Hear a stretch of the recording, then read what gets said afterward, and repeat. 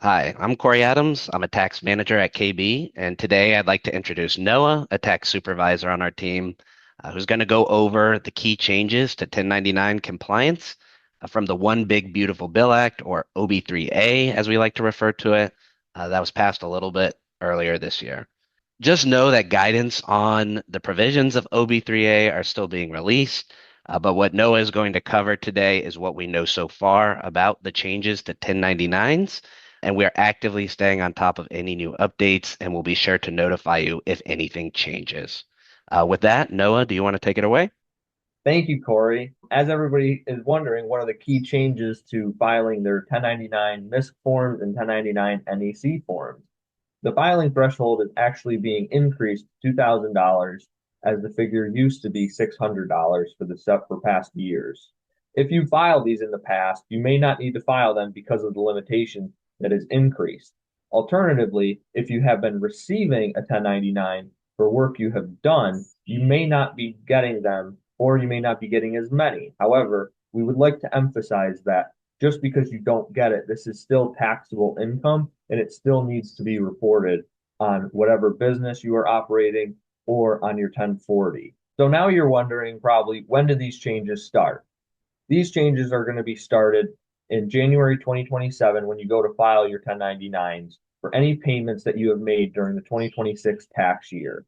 This $2,000 limit will be the new filing threshold for filing these new forms. Will it always be $2,000?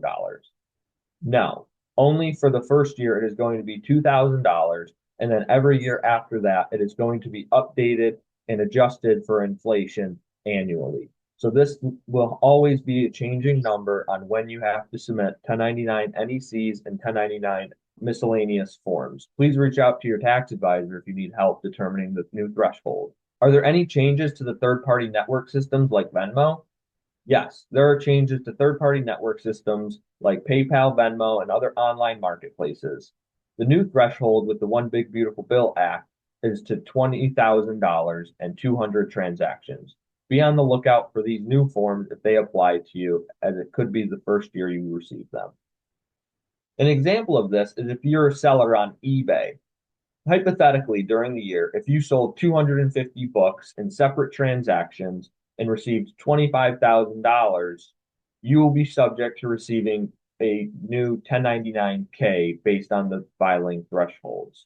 This shows how the merchandise is over $20,000 and over the 200 transaction threshold. Thank you, Noah, for going over all those great changes. If you have any questions at all about OB3A and the upcoming changes to 1099 filing requirements, and any of the information that Noah just went over before, please contact your KB representative or myself, Corey Adams. You can also visit our website for a full list of resources related to OB3A at our website, kbgrp.com. Thank you for your time, and we look forward to helping you navigate these important tax changes.